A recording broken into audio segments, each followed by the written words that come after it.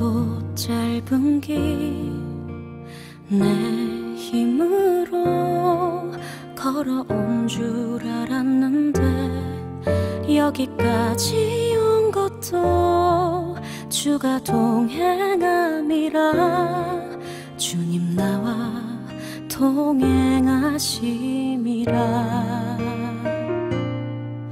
때론 험한 길에서 폭풍우를 만나고 때론 가시밭길에서 고난을 당하나 주님 동행하시니 나는 두려움 없네. 주님 나와 동행하심이라. 할렐루야 주 동행하시네. 할렐루야 주 동행하시네. 험한 골짜기도 나 두려움 없네. 주님 나와 동행하심이라.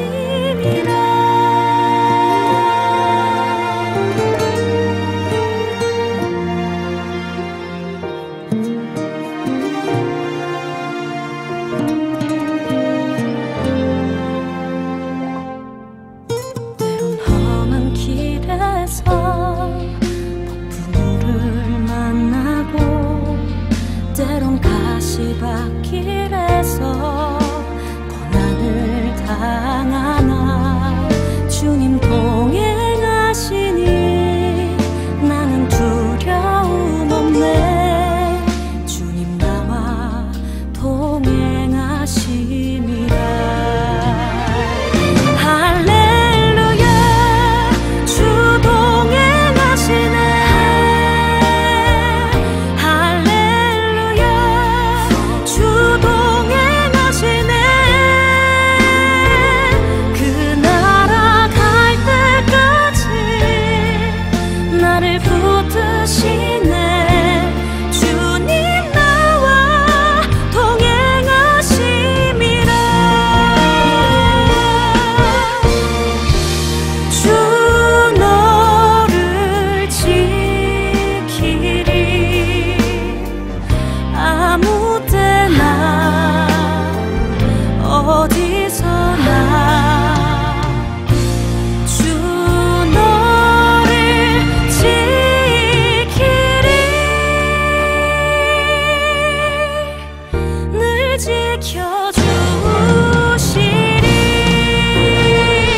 할렐루야 주 동행하시네.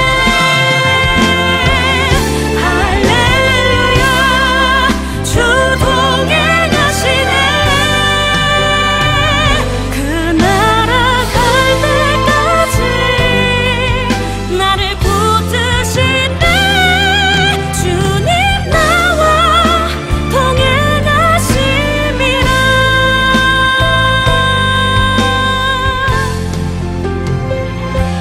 주님 나와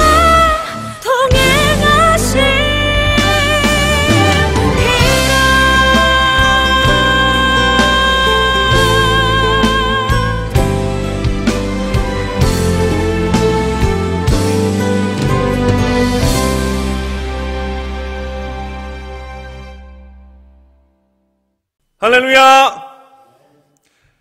지존자의 은밀한 곳에 거주하며 전능자의 그늘 아래에 서는 자여, 나는 여호와를 향하여 말하기를 그는 나의 피난처요 나의 요새요 내가 의뢰하는 하나님이라 하리니, 이는 그가 너를 새 사냥꾼의 올무에서와 심한 전염병에서 건지실 것이미로다. 그가 너를 그의 기수로 덮으시리니 내가 그의 날개 아래에 피하리로다.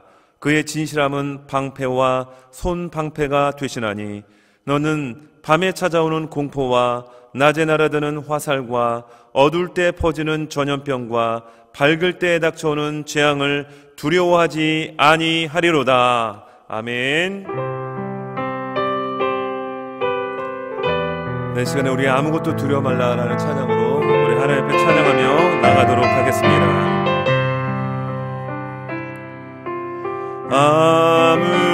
아무것도 두려워 말라.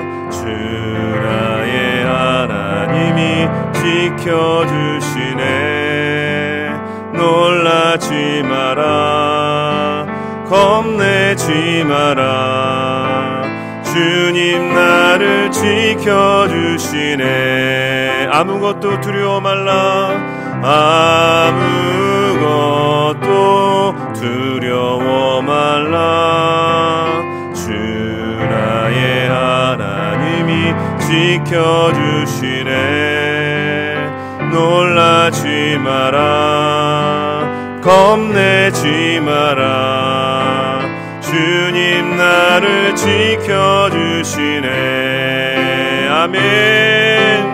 내 맘이 매겨워 지칠지라도 주님 나를 지켜주시네.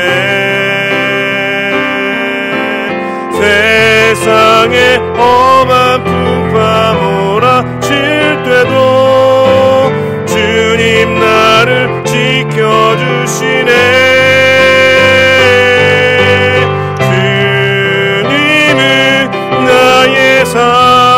산성 주님은 나의 요새. 주님은 나의 소망. 나의 힘이 되시 여호와. 아무것도 두려워 말라. 아무것도 두려워 말라. 아멘. 주 나의 하나님이 지켜주시네. 놀라지 마라. 겁내지 마라. 주님 나를 지켜주시네. 아무것도 두려워 말라. 아무것도 두려워 말라. 주 나의 하나님이 지켜주시네. 놀라지 마라. 겁내지 마라. 주님 나를 지켜주시네. 아멘. 내 맘이 매겨워 지칠지라도 주님 나를 지켜주시네. 세상에 험한 풍파 몰아칠 때도 주님 나를 지켜주시네.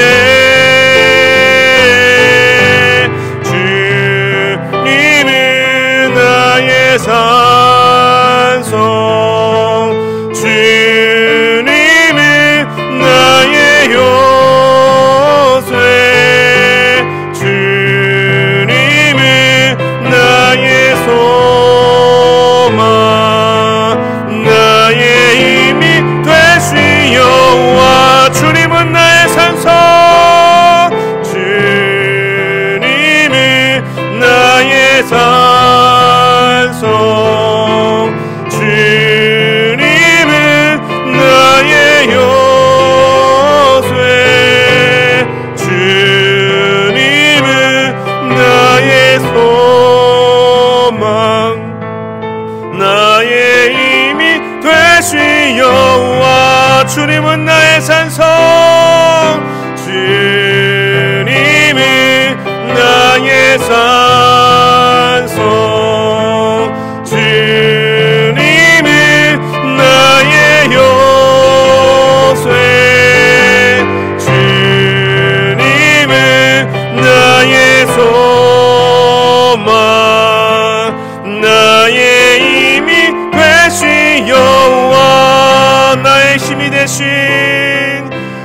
나의 힘이 되시 여호와. 나의 힘이 되시. 나의 힘이 되시 여호와. 아멘. 이 시간 우리 하나님 앞에 참회의 기도로 주님 앞에 나가겠습니다. 이 시간 우리가 한 주간의 삶을 되돌아보면서 우리가 주님 앞에 범죄했던 모든 죄악들, 우리의 생각, 우리의 마음, 우리의 입술로 범했던 죄악들, 이 시간 예수 그리스도의 그 보혈의 피를 통하여 우리를 정결하게 하나님 씻어 주옵소서.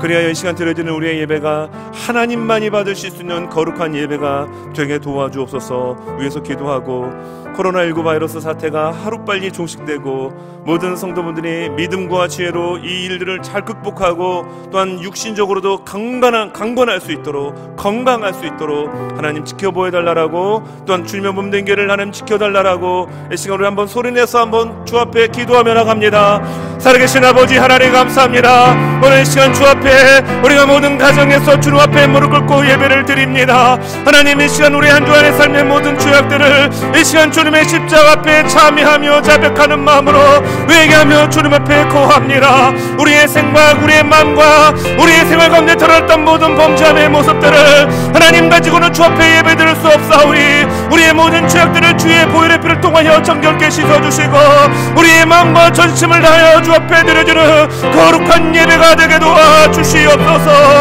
아버지 하나님, 코로나19 바이러스가 속히 종식되게 도와주시고 사랑하는 모든 성도들이 주의 전에 나와 함께 찬송하며 얼굴을 대면하며 주 앞에 예배드릴 수 있도록 아버지 하나님 공유를 베풀어 주옵소서. 주님의 몸된 길을 주의 상중에 오른손으로 붙들어 주시고 온전히 주님의 영광의 빛을 드러낼 수 있는 영혼 구원의 사명 감당할 수 있는 교회가 되어지도록 아버지 하나님 공유를 놓아여 주시옵소서.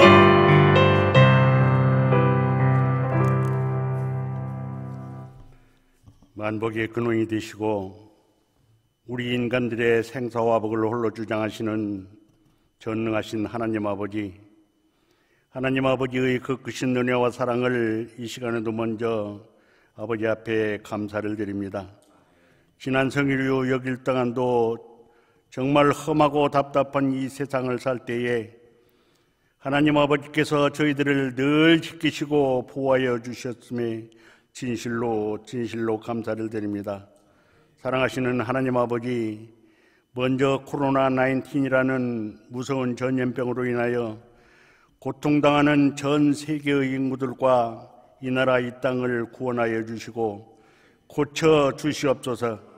지금 우리가 살고 있는 이곳 미국, 특히 뉴욕, 뉴저지의 상황이 너무나도 심각하고 또 어렵습니다. 코로나19 감염으로 인하여 고통당하는 환자 및 그 가족들을 주님의 능력으로 위로하시고 치료하여 주시옵소서. 감염자들을 치료하시는 방역당국과 의료인들을 위로하시고 저들과 함께 하셔서 아버지 하나님 하루속히 치료되게 역사하여 주시옵소서. 사랑하시는 하나님 아버지, 그동안 우리가 이 세상을 살면서 주님을 믿는다고 하면서 세상에 본이 되는 삶을 살지 못하였던 것 아버지 하나님 이 시간 용서하여 주시옵소서. 무슨 일에나 늘 감사하지 못했고 잘못을 회개하지 못하고 살아왔던 것 이제야 깨닫게 하시오니 아버지 하나님 감사합니다. 앞으로 삶은 늘 주님 앞에 감사하고 또 회개하며 주님의 말씀과 뜻에 합당한 우리의 삶이 되게 인도하여 주시옵소서. 사랑하시는 하나님 아버지, 오늘도 우리 성도님들 주님 전에 나와 예배드리지 못하고 각 가정에서 주님 앞에 머리 숙였습니다. 그동안 아무 걱정 근심 없이 이 아름답고 복된 주님의 성전에서 예배드릴 수 있었던 것이 얼마나 큰 은혜요 행복이었었는지 이제야 절실히 깨닫게 합니다. 하나님 아버지, 하루속히 우리 온 성도님들이 주님 전에 함께 모여 찬송하고 신령한 예배를 드릴 수 있도록 이 모든 것들을 막아주시옵소서. 특별히 연로하신 권사님들, 육신이 연약한 성도님들, 그리고 우리 교회 온 성도님들 어느 곳 어디에 계시든지 눈동자처럼 지켜보아야 주셨길 간절히 원하옵고 아버지 앞에 간절히 기도합니다. 사랑하시는 아버지 하나님, 이 시간도 우리 목사님 말씀을 주십니다. 우리 목사님 늘 전 세계와 미국 그리고 우리나라 또한 우리 교회 우리 성도님들을 위하여 기도하실 때마다 그 기도 들으시고 응답해 주시옵소서. 특별히 건강도 지켜주시옵시고 오늘도 저희들에게 말씀을 주십니다. 저희들 그 말씀 가슴에 품고 한 주간도 승려 삶이 되게 이 시간 함께 인도하여 주시옵소서.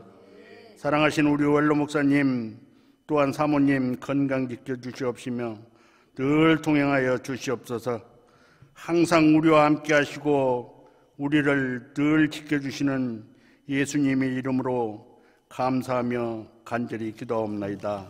아멘.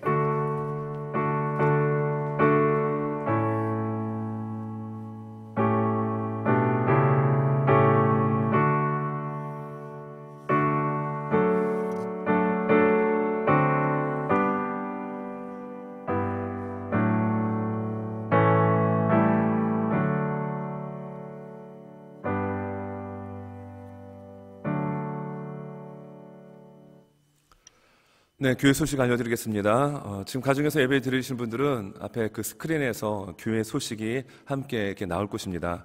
금주의 기도 제목입니다. 코로나19 바이러스 사태가 하루빨리 종식되고 모든 성도가 믿음과 지혜로 잘 극복하고 성도들의 건강을 지켜달라고 기도해 주시기 바랍니다. 주간 성경 공부가 이번 주는 82과입니다. 지금 주간 성경 공부 교재를 지금 교회를 나오실 수가 없어서 받지를 못하신 분들이 대다수입니다. 그렇기 때문에 이번 2주간 동안에는 문제를 다 쓰지 마시고 주보나 아니면 레터 용지에다가 번호와 그리고 답, 장절만 이렇게 써서 준비를 해주시고요. 그리고 이제 교회 나오실 때 제출을 해주시기 바랍니다. 가정에서 기도하기 운동을 통해서 여러분 적극적으로 동참하셔서 하나님의 은혜를 경험하고 또 하나님과 늘 동행하는 우리 모든 성도님들 되시기를 바랍니다. 예배 안내를 드리겠습니다. 코로나19 바이러스의 확산을 방지하기 위해서 2주 동안 주일 예배는 온라인 예배로 드리겠습니다. 모든 모임은 없고 새벽 예배만 본당에서 월요일부터 금요일까지만 있겠습니다. 지금 새벽 예배는 저희가 도르가 셰플실에서 계속 드리고 있었지만 공간이 그래도 이 본당보다는 좀 적기 때문에 돌아오는 내일부터죠. 네, 월요일부터 이 본당에서 최소한 4m, 5m 이상씩의 거리를 두고 새벽 예배를 드리도록 하겠습니다. 헌금에 대한 안내는 여러분 주보와 또 지금 스크린에서 나오는 내용들을 여러분 참고해 주시길 바라는데요. 우편으로 체크를 보내주시는 방법에 보면 Faith Order of의 KPCT를 쓰셔서 밑에 있는 교회 주소로 보내주시면 되고요. 그렇지 않은 분들은 헌금을 모아두셨다가 교회에 오실 때 이렇게 하나님 앞에 드리는 방법으로 진행을 하시면 좋겠습니다. 성경 필사를 저희가 사순절 기간에 지금 하고 있는데 코로나19 바이러스가 본격적으로 확산되기 이전에 저희가 이것을 미리 알려드렸고 또 다 대다수의 많은 분들이 참여하셔서 지금 신약성경 전체가 다 마무리되어 가고 있습니다. 외출도 하실 수 없고 너무나도 좀 답답한데 가정에서 성경을 쓸 수 있어서 너무 감사합니다 라는 분들이 참 많이 계십니다. 여러분 이렇게 외출을 할 수 없는 약간의 좀 자유에 좀 얽매임이 있는 이 시간에 여러분 정말 성경을 쓰고 또 성경을 더 깊이 읽고 묵상하는 그런 시간들이 되길 바랍니다. 고난주간 저녁 기도회가 있습니다. 이번 고난 그 주간 저녁 기도회는 원래 새벽 예배 특세를 해야 되는데 지금의 이 코로나19 바이러스로 인해서 새벽 예배 교회에 모여서 드릴 수는 없고요. 각 가정에서 고난주간 저녁 기도회를 하려고 합니다. 주제는 예수님의 고난을 깊이 묵상하라. 그래서 4월 6일 월요일부터 10일 금요일 저녁 8시에 모든 교회 성도님들이 가정에서 모여서 제가 보내드리는 그러한 영상이라든지 메시지를 통해서 같이 기도를 각 가정에서 할 수 있도록 그렇게 지금 준비를 하고 있습니다. 여러분 위해서도 기도해 주시기 바랍니다. 이달의 말씀과 찬송입니다. 사무엘하 5장 10절 만군의 하나님 여호와께서 함께 계시니 다윗이 점점 강성하여 가니라. 네, 지금 가정에서 예배를 드리신 분들 앞에 지금 이 성경 말씀 보이죠? 같이 한번 읽겠습니다. 시작. 만군의 하나님 여호와께서 함께 계시니 다윗이 점점 강성하여 가니라. 아멘입니다. 찬송가 336장 환난과 핍박 중에도는 이번 4월 한 달 동안 우리가 암송하는 또 불러야 하는 찬송입니다. 맨 밑에 이렇게 적혀 있습니다. 무슨 일이 일어날까 염려하지 말고 일어난 일에 기도와 간구로 하나님께 아뢰면 염려하기보다 해야 할 일들이 보이게 됩니다. 맞습니다. 지금의 이 상황들만 바라보며 염려하고 걱정하지 마시고요. 이 일들 속에서 기도하며 나갈 때 내가 어떻게 해야 할 일들을 하나님이 보여주시게 될 것이고요. 그러한 또 하나님이 주시는 지혜를 통해서 이런 어려움들을 잘 극복하는 우리 모든 사랑하는 트렌턴 장로교회 성도분들 되시기를 간절히 소망합니다. 자, 성경 말씀입니다. 우리 다 함께 자리에서 일어서시겠습니다. 오늘 하나님의 말씀은 마태복음 14장 22절에서 33절의 말씀입니다. 마태복음 14장 22절에서 33절의 말씀입니다. 제가 가지고 있는 성경은 신약성경 24페이지에 있습니다. 마태복음 14장 22절에서 33절입니다. 지금 가정에서 예배를 드리기 때문에 지금 요거는 스크린을 준비하지 못했습니다. 성경을 다 찾아서 함께 읽어주시기를 바랍니다. 마태복음 14장 22절에서 33절까지의 말씀을 우리 한 절 한 절 교독하며 읽겠습니다. 예수께서 즉시 제자들을 재촉하사 자기가 무리를 보내는 동안에 배를 타고 앞서 건너편으로 가게 하시고 무리를 보내신 후에 기도하러 산에 올라가시니라. 저물매 거기 혼자 계시더니 배가 이미 육지에서 술이나 떠나서 바람이 거스름으로 물결로 말미암아 고난을 당하더라. 밤 사경에 예수께서 바다 위로 걸어서 제자들에게 오시니 제자들이 그가 바다 위로 걸어오심을 보고 놀라 유령이라 하며 무서워하여 소리 지르거늘 예수께서 즉시 이르시되 안심하라 나니 두려워하지 말라. 베드로가 대답하여 이르되 주여 만일 주님이시거든 나를 명하사 물 위로 오라 하소서 하니 오라 하시니 베드로가 배에서 내려 물 위로 걸어서 예수께로 가되 바람을 보고 무서워 빠져가는지라 소리질러 이르되 주여 나를 구원하소서 하니 예수께서 즉시 손을 내밀어 그를 붙잡으시며 이르시되 믿음이 작은 자여 왜 의심하였느냐 하시고 배에 함께 오름에 바람이 그치는지라. 배에 있는 사람들이 예수께 절하며 이르되 진실로 하나님의 아들이소이다 하더라. 아멘. 네, 자리에 앉아주시기 바랍니다. 오늘 이 시간 함께 읽었던 이 마태복음 14장 22절에서 33절의 내용은 예수님께서 물 위를 걷는 놀라운 기적 중에 한 장면을 자세하게 설명을 해주고 있습니다. 자, 오늘 이렇게 본문의 내용을 이렇게 보게 되면은 예수님께서 바다 가운데서 풍랑을 만난 제자들을 보여주고 있죠. 그리고 앞에 초반부의 내용을 보게 되면은 우리가 함께 읽었던 것처럼 예수님께서는 산에 올라가셔서 기도하셨다라는 겁니다. 우리가 살아가는 삶의 현장 속에는 어찌 보면 끊임없는 풍랑이 우리에게 늘 엄습해 옵니다. 그런데 그런 풍랑 속에서 우리가 두려워하고 떨고 어찌할 바 몰라 하는 우리들의 삶 속에 주님은 우리를 위해서 기도하고 계신다라는 겁니다. 그리고 그 산에서만 기도로만 계신 것이 아니라 실제적으로 오늘 말씀해 보니까 예수님께서 제자들에게 직접 찾아오시는, 그것도 수영을 해서 오시는 것이 아니라 광풍이 몰아치는 그 바다 한복판 속에 물 위를 걸어서 저벅저벅 걸어오시는 초자연적인 예수 그리스도의 모습을 잘 보여주고 있습니다. 여러분, 여기 성경에 보게 되면은 오늘 본문 앞부분에 어떤 사건을 기록을 해주고 있죠? 바로 오병이어에 대한 기적을 기록을 해주고 있습니다. 오병이어는 예수님의 기적 중에서도 세상 사람들도 알고 있는 아주 유명한 기적입니다. 이런 오병이어의 기적이 끝나고 난 다음에 오늘 본문의 말씀이 곧바로 이어서 연결되더라는 것이죠. 그런데 오늘 여기에 나오는 말씀은 요한복음에도 동일하게 기록을 하고 있습니다.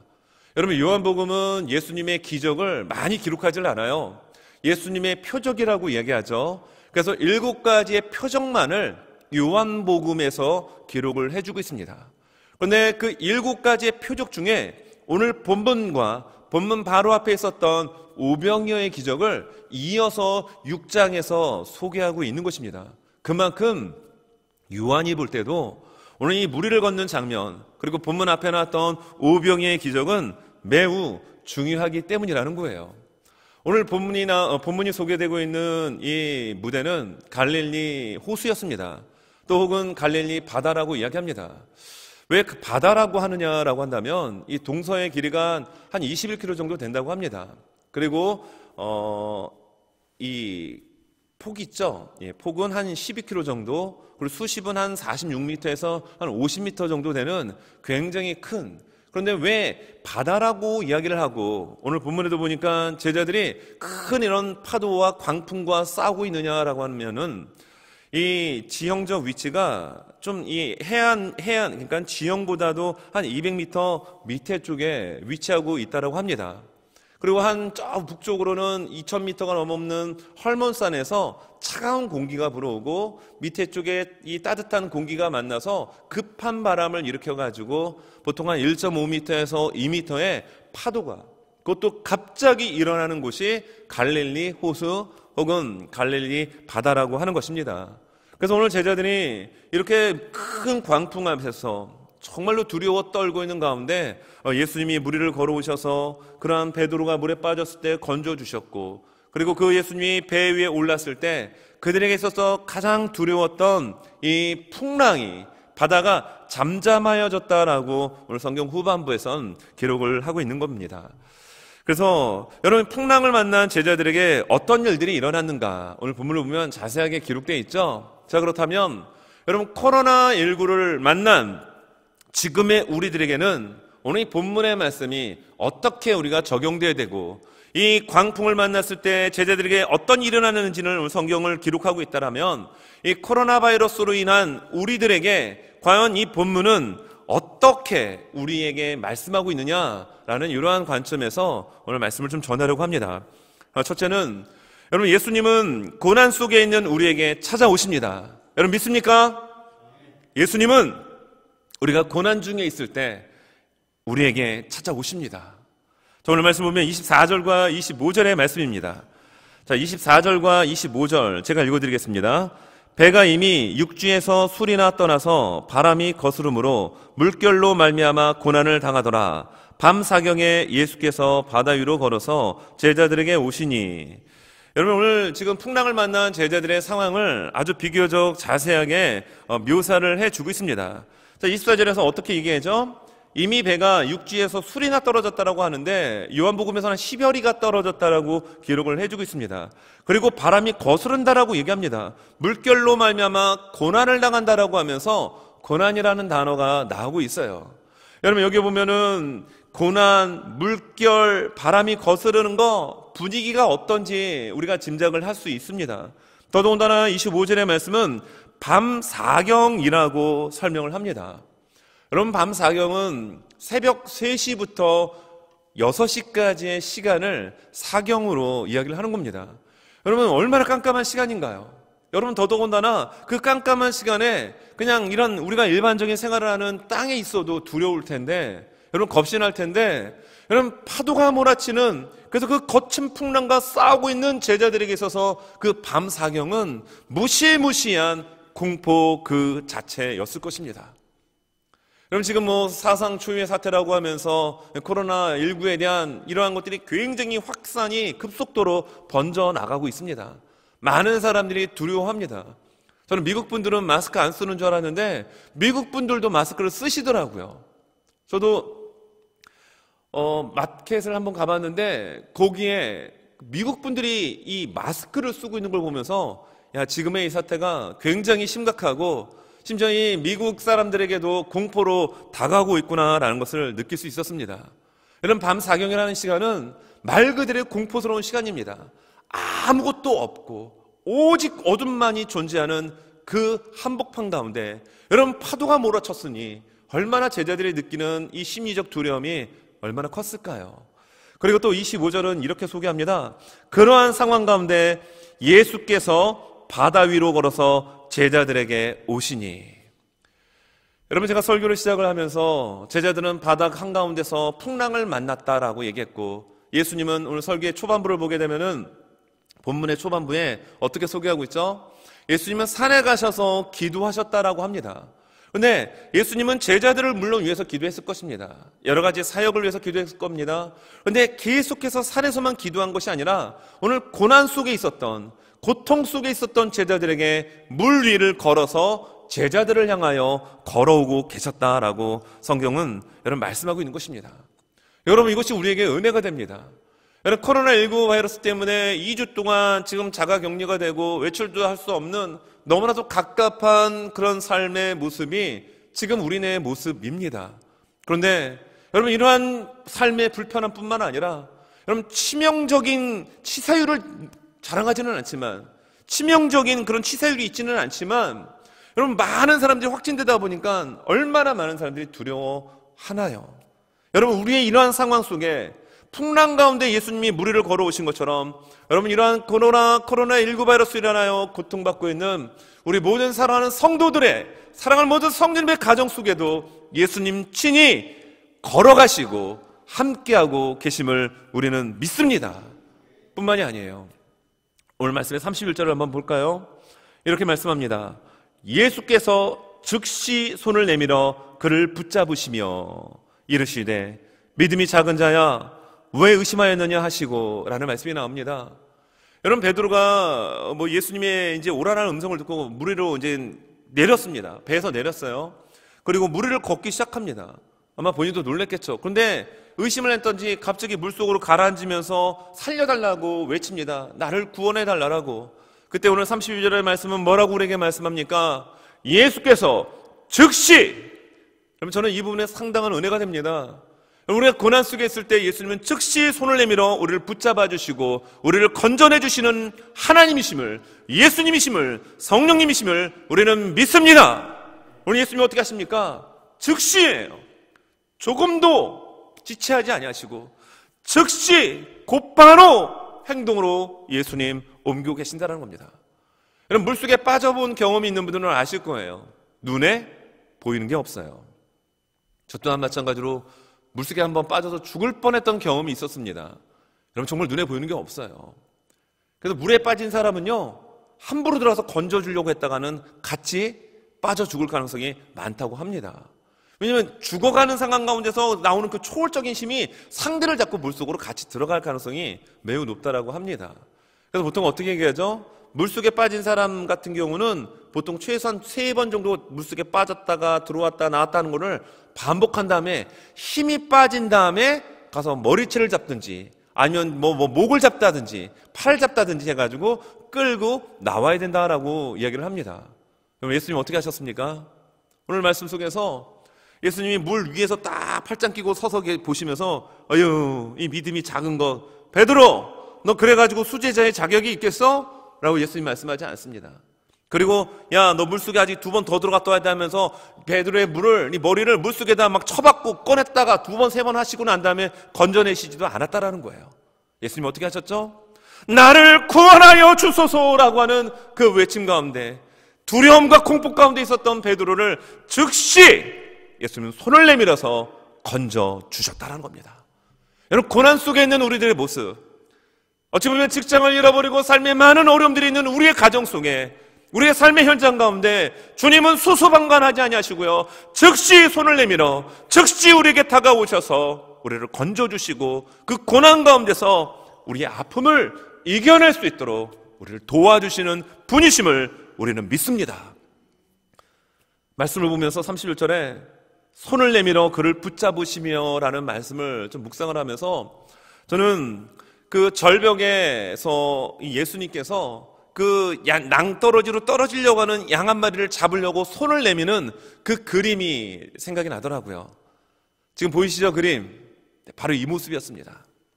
물속에 빠져서 죽어가는 베드로에게 손을 내밀어서 즉시 건져주시는 예수 그리스도께서는 오늘 이 시간 우리의 예배 현장 가운데도, 그리고 우리의 삶의 현장 가운데도 동일하게 함께하고 계십니다.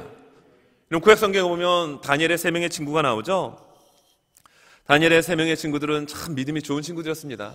어느 날 이 초강대국의 바벨론 왕이었던 느부갓네살이 금신상을 만들어 놓고 지금으로 하는 오케스트라 다니죠. 나팔과 피리와 여러 가지 악기 소리가 나오면 금신상에게 절하라라고 하는 이러한 법령이 떨어지게 됩니다. 근데 다니엘의 세 명의 친구들은 어떻게 하죠? 절하지 않습니다. 왜냐하면 그들에겐 믿음이 있었기 때문입니다. 여기 보면은 사드락과 메삭과 아벳느고의 이름을 기록을 합니다. 그들이 왕 앞에 불려갑니다. 너희들 왜 절하지 않는 거야? 라고 하며 엄포합니다. 절하지 않으면 뜨거운 풀무불 속에 너희를 던져서 너희를 죽게 만들 것이다 라고 여러분 협박까지도 합니다. 여러분 그런 상황 속에서 이 세 명의 친구들은 어떻게 하죠? 여러분 성경에 보면 그들은 이렇게 얘기합니다. 느부갓네살이요, 우리가 이 일에 대해서 당신에게 대답할 필요가 없다라는 겁니다. 여러분 초강대국의 황제 앞에서 포로 신분이었던 이 세 명의 친구들 사드락, 메삭, 아벳느고는 이 일에 대해서 우리에게 왕에게 말할 필요조차 없습니다라고 이야기합니다. 와, 대단한 믿음이에요. 그래서 어떻게 얘기합니까? 그들이 이렇게 얘기합니다. 왕이요, 우리가 섬기는 하나님이 우리를 맹렬히 타는 풀무불 가운데서도 건져내실 겁니다 라고 얘기합니다. 풀무불이 아무리 뜨겁다 할지라도 내가 섬기는 그 여호와 하나님이 우리를 건져낼 줄로 우리는 믿습니다 라고 얘기하고 있다는 겁니다. 그래서 그 유명한 고백을 18절에서 이렇게 얘기해요. 그렇게 아니하실지라도, 옛날 개역 버전은 그리 아니하실지라도죠. 그리 아니하실지라도, 개정 버전은 그렇게 하지 아니하실지라도 우리를 풀무불 속에서 그 뜨거운 용광로 불 속에서 건져내시지 않는다 할지라도 왕이여, 우리가 왕의 신들을 섬기지도 아니하고 왕이 세우신 금신상에게 절하지도 아니할 줄을 아옵소서라고 이야기합니다. 이 내용이 다니엘서 3장 16절에서 18절의 내용입니다. 얼마나 대단한 믿음인가요? 정말 그들은 뜨거운 풀무불 속에 여러분 던져짐을 당합니다. 얼마나 뜨거운지 7배나 그 불을 가열시키라고 이야기합니다. 이 세 명의 친구들을 포박해서 결박한 채 풀무불로 끌고 가려고 했던 사람이 불에 타 죽을 정도의 뜨거운 열기였어요. 근데 성경을 보니까 놀라운 사실을 우리에게 기록을 합니다. 여러분 어떤 장면이 나오냐면, 자, 이 상황 속에서 느부갓네살이 놀랍니다. 왜냐하면 자, 우리가 결박하여 불 가운데 던진 자는 세 사람이 아니었느냐? 분명히 사드락, 메삭, 아벳느고 세 명을 결박해서 그 뜨거운 풀무불 속에 7배나 온도를 높여서 던졌는데, 아니 저 밑에 있는 사람은 누구냐라고 하는 말을 합니다. 25절의 내용입니다. 왕이 또 말하여 이르되 내가 보니 결박되지 아니한 네 사람이 불 가운데로 다니는데 상하지도 아니하였고 그 넷째의 모양은 신들의 아들과 같도다 하고, 여러분 여기에 세 사람이 들어갔는데 네 사람이 있었다라는 겁니다. 여러분 그분은 누구셨습니까? 여러분 대단한 수의 성경학자들은 바로 그 네 번째 사람, 신과 같이 보였던 그 사람은 예수 그리스도였다라고 이야기하고 있는 것입니다. 여러분 뜨거운 풀무불 속에서도 모든 것을 한 줌의 쇳덩어리로 만들 수밖에 없는 뜨거운 열기와 화기 속에서도 예수님이 함께 하시니까, 예수님이 그 고통 속에 함께 하시니까 그들은 어떻게 했다라고 성경은 말씀하죠? 오늘 성경의 말씀에 27절입니다. 그들이 결국 그 풀무불 가운데서 나오게 됩니다. 27절, 총독과 지사와 행정관과 왕의 모사들이 모여 이 사람들을 본즉 사드락, 메삭, 아벳느고를 보았습니다. 풀이 능히 그들의 몸을 해하지 못하였고 머리털도 걸리지 아니하였고 겉옷빛도 변하지 아니하였고 불탄 냄새도 없었더라. 아멘.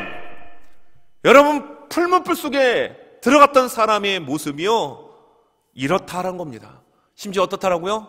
머리털 하나 끄슬리지 않았다라는 거예요. 옷도 상하지 않았다는 겁니다. 옷에서 심지어 불탄 냄새도 나지 않았다라고 성경은 분명하게 우리에게 말씀하고 있습니다. 여러분 오늘 본문 속에 나타났던 제자들은 물과의 싸움이었습니다. 풍랑과의 싸움이었습니다. 깜깜한 어둠 속에서의 싸움이었습니다. 얼마나 무서웠던지 무리를 걸어오는 예수님을 바라보며 유령이다라고 그들은 소리칠 수밖에 없었어요. 한국 버전은 귀신이다 라고 얘기했다라는 겁니다. 여러분 물속에서도 고통받았던 제자들에게 주님은 찾아가셨습니다. 그리고 풀무불 속에 뜨거운 그 불의 심판 속에서도 예수님은 그들과 함께 하셨습니다. 결국 어떻게 됩니까? 머리털 하나 상하지 않고 그들이 입었던 모든 것들로 변하지 않고 심지어 불탄 냄새도 없었더라라고 성경은 우리에게 말씀하고 있습니다. 여러분, 우리가 고난 속에 있을 때 코로나19로 인하여 삶의 일터를 일시적이기는 하지만 다 잃어버린 채 집안에서 소파에서 한쪽 귀퉁이에서 쭈그리고 앉아있는 우리들의 모습은 너무나도 힘이 없는 연약한 모습일 수 있습니다. 그러나 힘내십시오. 왜입니까? 바로 풍랑을 만났던 제자들에게 주님이 찾아가셨던 것처럼 풀무불의 뜨거운 불속 가운데 있었던 이 3명의 친구들에게 주님이 함께 하셔서 그들을 품어주신 결과 머리털 하나 타지 않고 옷 색깔 하나 바뀌지 않고 탄냄새까지도 없도록 지켜주신 예수 그리스도의 그 돌보심이 우리와 함께하고 있기 때문입니다. 두 번째입니다. 여러분, 예수님께 시선을 고정해야 합니다. 오늘 설교의 제목이 무엇이죠? 예수님께 시선 고정하기. 우리 시선을 어디다 고정하느냐는 매우 중요합니다. 자, 29절과 30절의 말씀입니다. 오라 하시니 베드로가 배에서 내려 물 위로 걸어서 예수께로 가되 바람을 보고 무서워 빠져가느니라 소리질러 이르되 주여 나를 구원하소서 하니. 여러분, 물 위를 걸어오는 예수님을 바라보며 제자들은 유령이다라고 놀랬습니다. 풍랑에 놀랬고 또 그 허연 물체에 또 한 번 가슴을 쓸어내리는 그러한 그 공포를 느꼈을 것입니다. 그때 베드로가 얘기합니다. 뭐라고 얘기하죠? 주님이 내니 나다, 안심하라, 두려워하지 말라라고 얘기합니다. 이 메시지가 가정에서 예배를 드리는 우리 모두에게 여러분 동일하게 적용되기 원합니다. 두려워하는 우리에게 주님 말씀하십니다. 내니, 나니, 안심하라, 두려워하지 말라.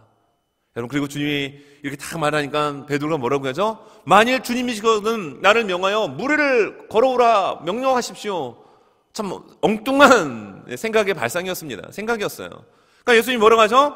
오늘 29절의 말씀처럼 오라 라고 말씀합니다. 베드로가 무작정 그 바다 한복판으로 뛰어든 게 아닙니다. 주님의 말씀을 먼저 들었습니다. 주님의 말씀을 먼저 듣고 그리고 어떻게 하죠? 물 위로 걸어서 누구에게로 갑니까? 예수께로 가되. 여러분, 방향 설정이 예수님께 정확하게 됐다라는 겁니다. 여러분, 내가 걸어갈 때 목적지가 있어요. 내가 만약에 제가 만약에 사무실로 간다면 어디로 나가야 되겠죠? 이쪽으로 가야 되나요? 아니죠. 이건 전혀 엉뚱한 반대의 방향입니다. 사무실로 가려면은 이쪽 오른쪽 방향으로 문을 열고 나가야 합니다. 그리고 오른쪽으로 또 돌아서 들어갈 때 사무실로 갈 수 있는 것처럼 어느 쪽 방향으로 가느냐가 매우 중요합니다. 여러분, 예수 믿습니까? 예수님과 동행하는 삶을 살기 원하십니까? 그럼 예수께로 가야 합니다. 우리의 방향 설정이 엉뚱한 세상이 아닌 나의 출세와 명예와 세상의 사람들이 따르는 가치가 아닌 예수 그렇게 고정을 하고 방향 설정을 할 때 우리의 삶을 하나님 붙잡아 주실 줄로 믿습니다. 바로 오늘 이 베드로가 예수께로 갈 때 그런 물 위를 걸어가는 그런 기적을 경험합니다. 여러분, 중력의 법칙까지도 깨트린 채 물 아래로 가라앉지 않고요, 물 위를 걸어갑니다. 더더구나 이 물 위는 어떤 바다죠? 지금 풍랑이 몰아치는, 더더군다나 가장 깜깜한 새벽 3시에서 6시 사이였습니다. 아무 소리도 들리지 않고 오직 공포만이 엄습하는 그 물 위를 예수께로 향하여 걸어갈 때, 예수님께 방향을 설정하며 나갈 때 베드로는 물 위를 걷게 되었습니다. 여러분, 우리가 정말 무엇에게 고정을 하느냐 매우 중요합니다. 이 시간 가정에서 예배를 드리는 모든 한 분 한 분들의 심령이, 시선이 여러분 예수 그리스도께 고정되어지기를 예수님의 이름으로 축원합니다. 그러나 물 위를 걸었던 베드로, 그도 사람이었어요. 여러분, 그 시각은 가장 어두운 시각이었고 풍랑이 몰아치는 시간이었습니다. 배 안에 있던 제자들은 살기 위해서 몸부림을 치는 아우성의 소리가 베드로의 귓가에도 들렸을 것입니다. 그런데 그 정도의 믿음은 있었기 때문에 배에서 뛰어내렸던 거예요. 주님의 말씀을 믿고 한 발짝 한 발짝 뚜벅뚜벅 물 위를 걷던 베드로가 갑자기 무엇이 보이기 시작합니까? 오늘 성경을 보니까 30절입니다. 바람을 보고. 여러분, 바람이 보이나요? 바람은 안 보이잖아요. 바람을 어떻게 확인할 수 있습니까?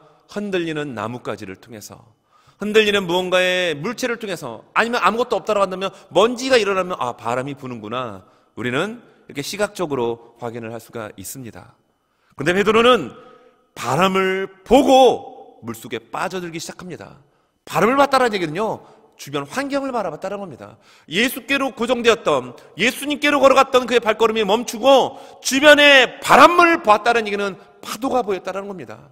옆에 있던 환경이 눈에 보였다는 겁니다. 아니, 내가 지금 뭐 하고 있지? 내가 미친 거 아닌가? 아니, 배 안에 있어도 지금 내가 살 확률이 지금 반반인데 이 풍랑이 몰아치는 광풍의 한복판으로 내가 뛰어들다니 내가 미친 거야. 난 이제 죽었어. 내 인생은 끝난 거야. 라는 이런 마음이 들지 않았을까요? 그래서 물속에 가라앉게 된 겁니다. 물속에 빠지게 된 거예요.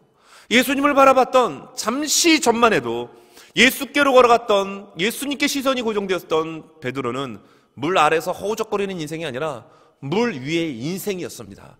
분명한 사실이었습니다.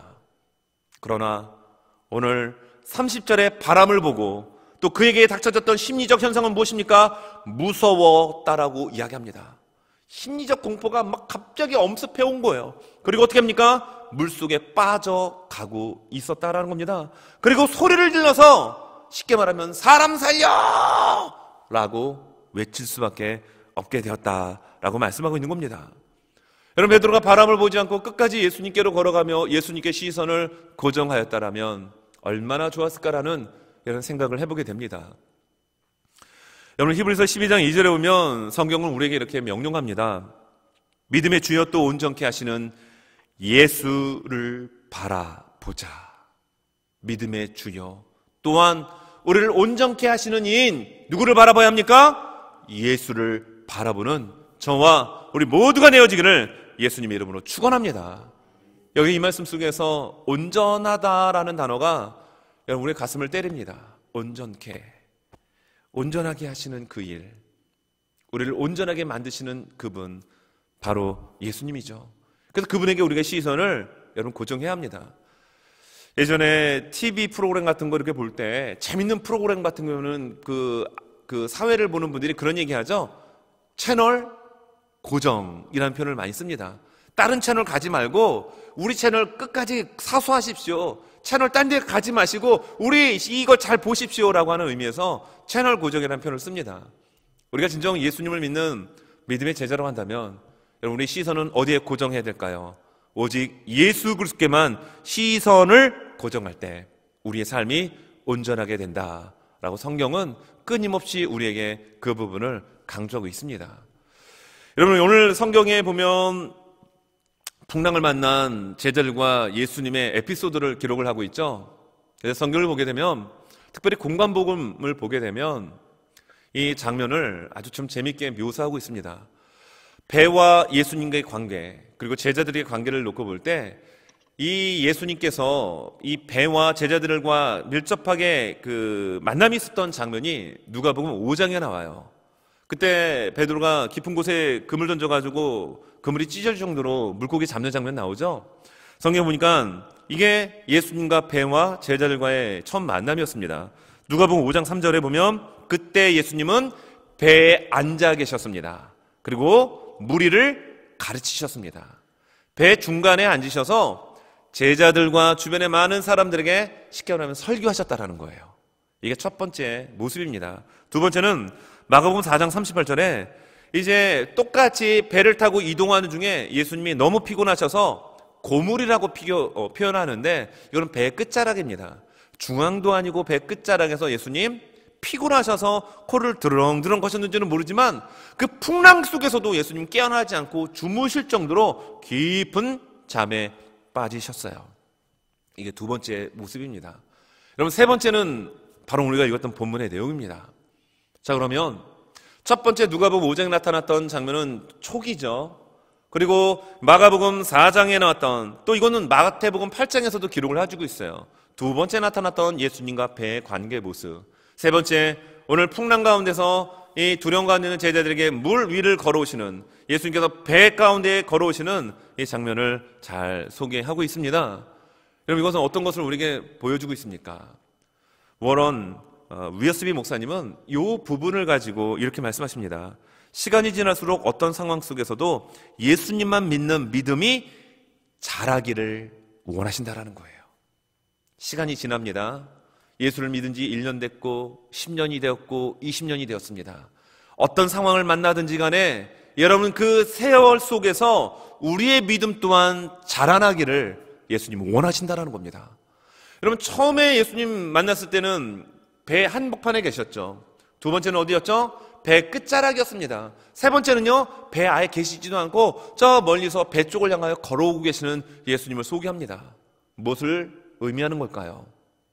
예수님이 어느 곳에 계시든지 간에 예수님을 믿는 믿음은 시간이 지날수록 자라나야 되고 성장해야 되고 성숙해져야 된다는 것을 여러분 보여주고 있습니다.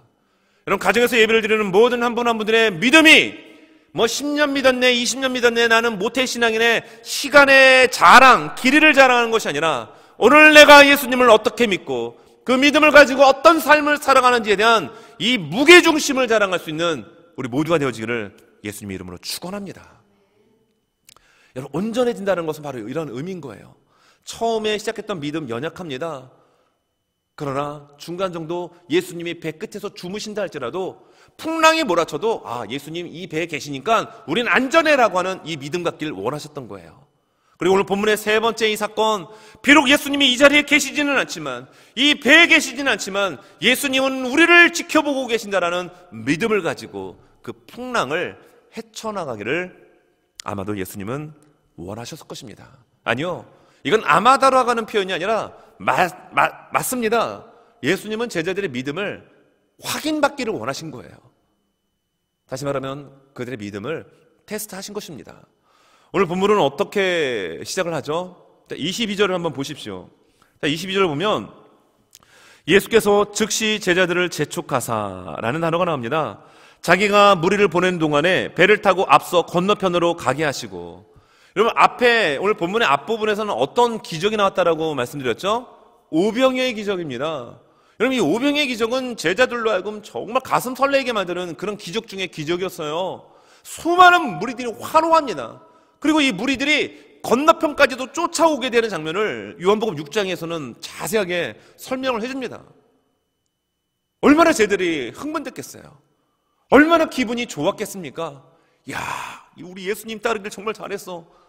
여러분 빌립 같은 경우는 200데나리온의 돈이 있어도 이 사람들에게 주기에는 부족하다라고 얘기했잖아요. 그런데 일어날 수 없는 상상을 초월하는 기적이 자기들 눈앞에서 일어났던 겁니다. 여러분 제자들은 그 자리를 계속 있고 싶었겠죠. 근데 주님은 뭐라고 말씀하십니까? 재촉하사, 니들 여기 있지 말고 빨리 저 배 타고 건너편으로 건너가! 라고 말씀합니다. 여기에 재촉하사라고 하는 단어가 헬라어 에난카센이라는 단어를 쓰고 있습니다. 이 에난카센이라는 단어는 억지로 시키단다라는 거예요. 강제로 시킨다라는 겁니다. 여러분 제자들은 오병이어의 기적에 그 뜨끈뜨끈한 열기 속에 있기를 원했습니다.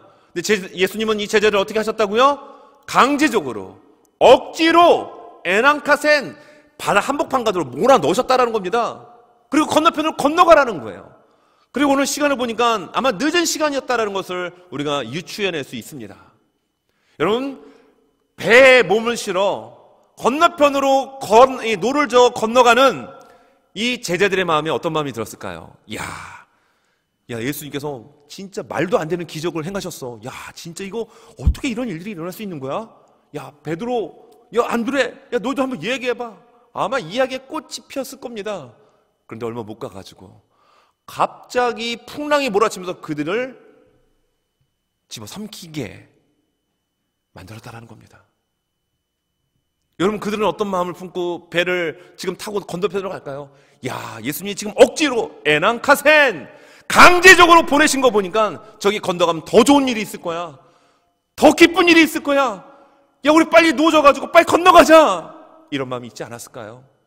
그런데 그들을 기다렸던 것은 미친 파도요 광풍이었습니다. 깜깜한 어둠 속에서 그들은 모든 것을 잃어버릴 그런 위기에 직면하고 말았습니다. 여러분 예수님께서 왜 그들을 재촉하사 억지로 강제적으로 에난카센은 그들을 보내셨죠? 그들의 믿음을 한번 확인하기를 원하셨던 거예요. 내가 비록 배에 없지만 너희들의 믿음이 어떤지를 내가 한번 보겠다 라고 하는 그런 마음이 예수님이 있으셨습니다. 그래서 결국 예수님은 물속에 빠져가는 믿음이 있었던 것 같았던 베드로에게 손을 즉시 내밀어서 붙잡아서 건져내시면서 뭐라고 말씀하시죠? 31절 후반절에 보면 믿음이 없는 자여라고 얘기하지 않습니다. 분명 그들에게 믿음이 있었습니다. 베드로 또한 믿음이 있었습니다. 그런데 뭐가 문제죠? 그 믿음의 사이즈가 작았다라는 게 문제예요. 개역 버전은 믿음이 적은 자여라고 얘기합니다. 믿음이 작든지 믿음이 적든지 예수님의 어떤 그 테스트 앞에서 제자들은 다 원하는 예수님께서 흡족하실 만한 그런 성적을 내지 못했다라는 거예요. 여러분, 코로나19 바이러스는 어찌 보면 우리에게 또 하나의 고난이요, 우리의 믿음을 테스트할 수 있는 하나의 과정일 수 있습니다. 여러분, 누구에게나 코로나19는 비껴가지를 않아요. 뭐 신앙생활 잘한다고, 믿음 좋다고 바이러스가 알아서 넙주 6월절처럼 건너뛰지 않습니다. 물불가리지 않는 바이러스는 누구에게나 번져나갑니다. 그러나 이런 위기 속에서 우리는 어떤 믿음을 가지고 여러분 살아야 되느냐라는 것을 오늘 본문은 우리에게 말씀해 주고 있는 겁니다. 우리가 이왕신앙생활하는 거 주님 앞에서 믿음이 작은 자여라고 하는 칭함을 받기보다는 믿음이 크도다라고 하는 이런 예수님의 진정한 칭찬에 제일 기뻐할 수 있는 그런 믿음의 영성이 우리 모두에게 있어지기를 간절히 소망합니다. 여러분, 우리의 주가 되시는 예수님을 우리가 바라봐야 된다고 얘기합니다. 왜냐하면 우리를 온전케 하시기 때문입니다. 온전케 한다는 얘기는 우리의 믿음이 작아지는 것이 아니라, 우리의 믿음이 환경에 의하여 좌우로 움직이는 것이 아니라, 좌충우돌의 인생이 아니라 오직 예수님께 추를 마치고 시선을 고정하고 뚜벅뚜벅 걸어가는 그 모습 속에서 우리의 믿음이 자라게 되고 우리의 믿음의 그릇이 사이즈가 용량이 넓어지는 그런 모습으로 우리 주님은 만들어주실 줄로 믿습니다. 오늘 마지막에 33절에 보면 이런 표현이 나옵니다. 32절에 이렇게 나와요. 배 함께 오름에 바람이 그치는지라. 제자들이 제일 두려웠던 게 이거잖아요. 베드로도 이 바람 보고 물속에 빠져들었던 거잖아요. 기적을 잠깐 경험했지만 이 바람 때문에 바람 보고 빠져든 거 아니겠습니까? 그런데 예수님이 배에 오르니까 그 바람이 그쳐버립니다. 바람이 멈췄다라는 거예요. 그리고 33절입니다. 우리 한번 같이 한번 읽겠습니다. 시작. 배에 있는 사람들이 예수께 절하며 이르되 진실로 하나님의 아들이소이다 하더라. 아멘. 여러분, 이거 어디서 많이 듣던 이야기잖아요. 마태복음 16장에 보면은 베드로가 예수님께 신앙 고백을 하잖아요. 주는 그리스도시요 살아계신 하나님의 아들입니다 라는 베드로의 신앙 고백에 예수님 너무 기뻐하셨어요. 정말 해피하셨습니다. 그런데 그때 그 고백이 처음 고백이 아니라 오늘 본문을 보니까 제자들이 첫 고백을 드리고 있습니다. 뭐라고요? 진실로, 진짜로, 정말로 하나님의 아들이십니다 라고 예수님에 대한 신앙의 고백을 드리고 있는 겁니다.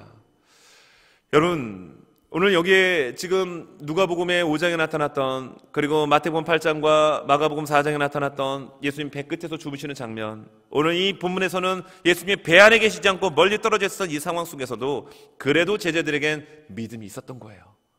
바람이 그치고 나니까 이분이 도대체 누구인지 알았다라는 겁니다. 누구였습니까?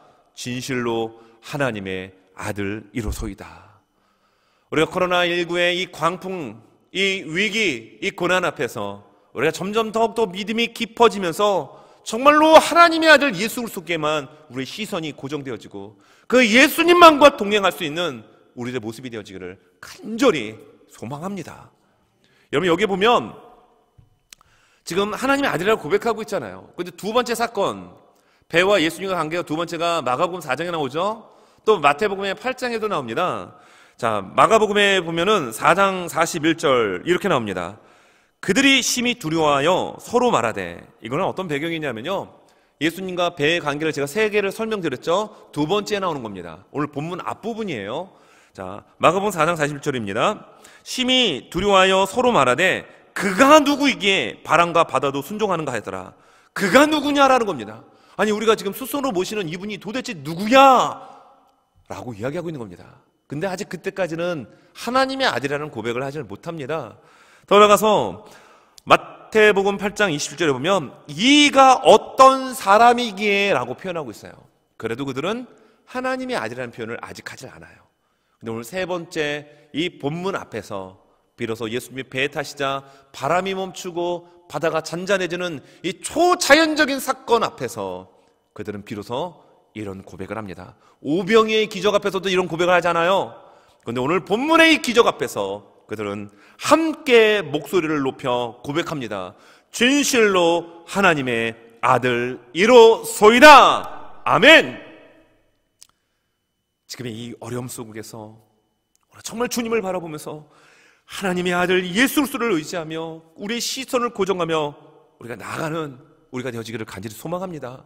왜냐하면 우리의 고난과 우리의 어려움들을 우리 예수님이 더 먼저 알고 계시기에 주님은 우리의 고난 가운데 외면치 아니하시고 찾아오십니다. 그리고 우리의 손을 잡아주시고 우리를 일으켜 세워주시기 때문입니다. 말씀을 정리하며 C.S. 루이스의 이 글을 좀 인용하며 말씀을 마치려고 합니다. C.S. 루이스가 고통의 이유라는 책에서 이렇게 말을 합니다. 화가가 그림을 고치기 위해서 캔버스를 긁고 색을 덧칠할 때 분명 캔버스는 고통스러울 것입니다. 그러나 화가는 절대로 캔버스를 찢지 않습니다. 그가 캔버스를 긁는 이유는 더 나은 작품을 만들기 위해서이기 때문입니다. 여러분, 캔버스에 그림을 그릴 때 캔버스 입장에서는 힘들겠죠. 고통이겠죠. 그러나 그 고통은 의미가 있다는 겁니다. 멋진 작품을 만드는 하나의 과정일 수 있겠죠. 화단의 꽃을 오래 키우기 위해선 정기적으로 관리를 해야 합니다. 그 중에서도 가장 중요한 것은 꽃의 줄기를 잘라내는 일이라고 합니다. 병든 꽃은 줄기의 일부분이 시들시들해지는데 그 부위를 대각선으로 잘라주고 불로 태워주면 꽃이 물을 더 많이 흡수하게 되고 추가로 썩는 부위가 생기는 것도 막아준다고 합니다. 그러나 꽃을 생각해 병든 부분을 잘라내지 않고 망설이거나 너무 늦은 때에 손을 대면 아무리 좋은 약을 주고 세심하게 관리해도 꽃을 살릴 수 없게 됩니다. 우리에게 고난은 어찌 보면은 하나님께서 우리를 하여금 깨닫게 될, 알아야 될, 이해를 해야 될 부분이 있기 때문에 하나님께서 우리에게 주실 수 있다는 겁니다. 오늘 이 제자들이 왜 그 광풍 앞에서 두려워 떨고 있었죠? 애난캐산을 기억하십시오. 예수님이 의도적으로 재촉해서 강압적으로, 강제적으로, 억지로 그 한복판으로 밀어넣으셨다는 거예요. 그들을 죽이려고요? 아닙니다. 그들을 그냥 고생시키려고요? 아닙니다. 그 고난 속에서 예수님이 누구인가에 대한 분명한 확신한 믿음을 갖기를 예수님 원하셨기 때문입니다. 하나님께서 우리에게 고난을 주시는 이유는 그것이 우리에게 필요하기 때문이라는 거예요. 예수님 안에서 흔들리지 않을 때 우리는 지나간 고난들이 우리에게 필요한 것임을 알게 됩니다. 역경에도 믿음을 갖고 흔들리지 않는 우리 모두가 되시기를 바랍니다. 하나님께서, 예수님께서, 성령님께서 오늘 이 시간 가정에서 예배를 드리는 여러분들과 함께하고 계십니다. 기도하겠습니다. 살아계신 하나님, 우리를 하여금 언제나 흔들리지 않는 굳건한 믿음의 소유자가 되게 도와 주시옵소서. 그리고 우리가 시간이 흐름에 따라 주님을 의지하고 우리 예수 그리스도를 따르는 믿음이 더욱더 견고해질 수 있도록, 그래서 우리에게 당하는 환난, 우리가 맞닥뜨리는 삶의 일상의 여러 가지 많은 불편함들을 원망과 불평안으로 반응하지 않게 하시고 오히려 감사함으로 이 고통과 고난이 내게 어떤 의미가 있는지, 어떻게 해석되어지는지를 우리가 잘 받아들이고 하나님 생각할 수 있는 우리 모두가 되게 도와 주시옵소서. 감사하며 예수님의 이름으로 기도합니다. 아멘. 찬송가 286장 우리 찬양하시면서 준비한 예물 하나님께 봉헌하겠습니다.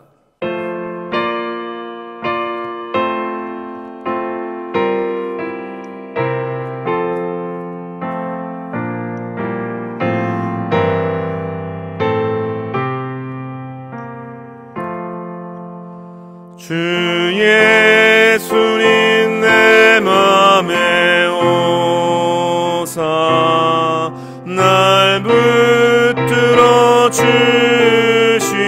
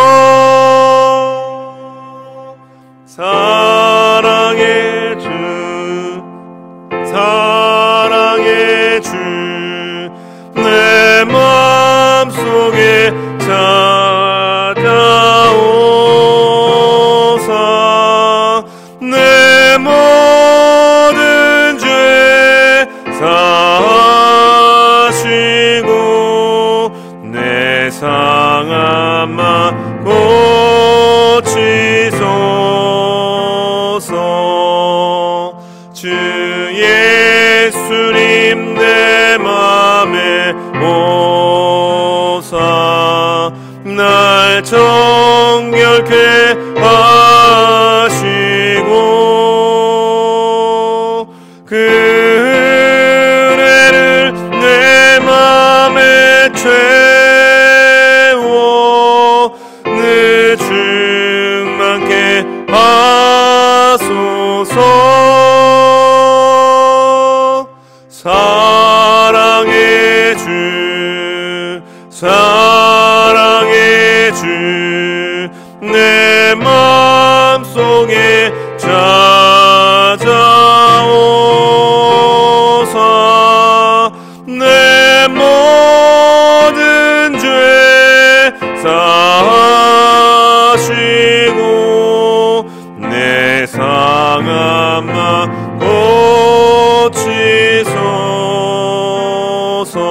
고치소서. 주 예수님 내 맘에 오사 내 귀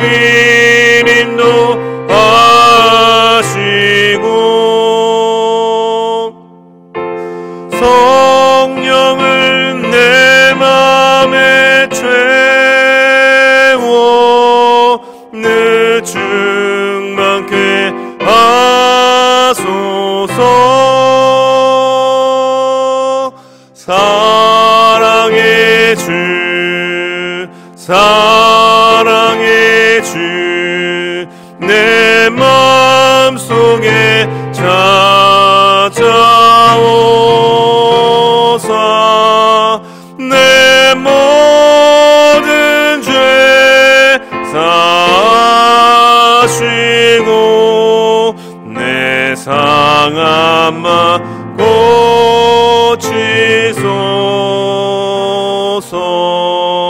고치소서. 아멘. 거룩하시고 존귀하신 아버지 하나님, 감사와 찬양과 영광을 오직 주님께만 돌려드립니다. 이 시간 주님의 그 은혜, 주님의 그 구원의 감격에 감사하는 마음으로 예물을 구별하여 주 앞에 올려드립니다. 11조와 주정주일, 선교, 건축, 감사 예물로 드려지는 모든 손길 속에 한량없는 하나님의 은혜가 충만하게 저들의 삶 속에 임하게 도와 주시옵소서. 하나님, 광풍이 몰아치는 세상 가운데서도 우리의 믿음의 눈을 들어 주님께로만 시선을 고정하고 온전한 방향 설정을 정하고 예수 그리스도를 향하여 달려나갈 수 있는 믿음의 경주의 승리자가 되게 도와 주시옵소서.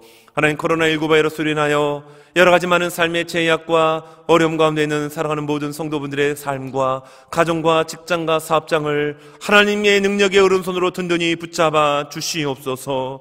오늘 물속에 빠져 호적거리는 베드로를 향하여 주님께서 즉시 손을 내미사 그를 건져내셨던 것처럼 한량없는 하나님의 풍성하신 은혜가 지금 어려움 가운데 있는 살아가는 모든 성도들의 삶 속에 충만하게 임할 수 있도록 하나님 역사하여 주시옵소서. 육신의 질병으로 고통받는 심령들, 특별히 몸이 연로하신 우리 어르신 권사님들 붙잡아 주시고 주님의 몸된 교회 속한 한 분 한 분들 한 분도 하나님 건강 잃지 않도록 주님께서 보호하시고 지켜주시고 인도하여 주시옵소서. 주님의 몸된 교회 사랑하는 모든 성도님들 한 분 한 분들 모두 다 천국에 들어갈 수 있도록 예수 그리스도를 믿는 믿음이 더욱더 견고하게 도와주시고 그 예수 그리스도와 동행하는 삶을 살아가도록 날마다 주님 붙잡아 주시고 함께하여 주시옵소서. 감사하며 예수 그리스도의 이름으로 기도합니다. 아멘. 우리 다 함께 자리에서 일어서시겠습니다. 찬송가 620장 찬양 부르시고 난 후에 축도로 예배를 마치겠습니다.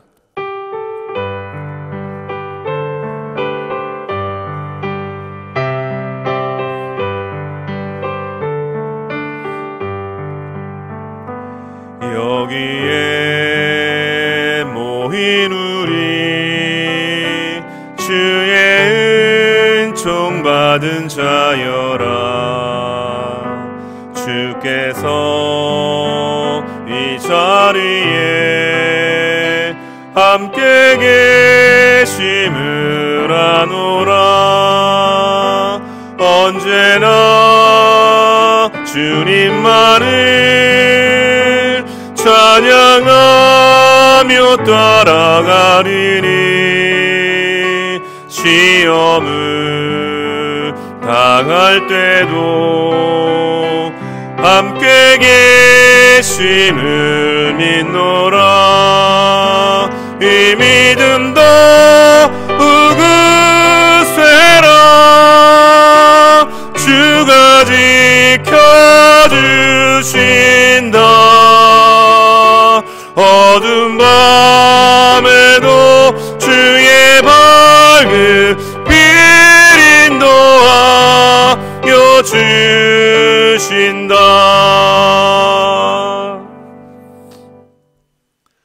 이제는 우리 주 예수 그리스도의 은혜와 하나님의 놀랍고도 극진하신 사랑하심과 성령님의 내재 임재 교통하심이 그 어떤 고난 속에서도 믿음의 눈을 들어 주님께로만 시선을 고정하고 주님만을 따라가기로 결단하고 돌아가는 사랑하는 모든 성도들의 심령 속에 이 시간 가정에서 한마음으로 예배를 드리는 모든 사랑하는 권속들 머리머리 위에, 그리고 가정과 직장과 사업장과 자녀들의 인생 여정 속에 우리 조국 대한민국과 조국 교회와 북녘 땅에 주거하는 수많은 동포들의 심령 속에 지금 이 순간에도 땅끝까지 이르러 주의 복음 증거하는 많은 선교사님들의 사연장 위에 이제부터 영원토록 함께 있을지어다. 아멘.